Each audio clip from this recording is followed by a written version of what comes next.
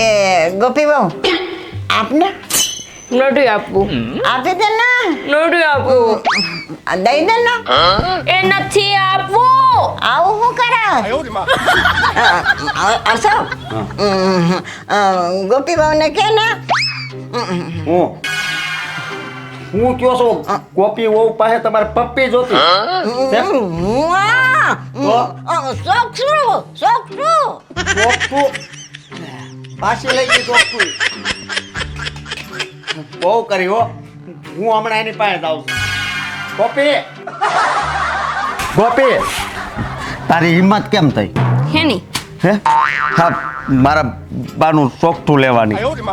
બિચારા ખાઈ નથી શકતા આપી દે નથી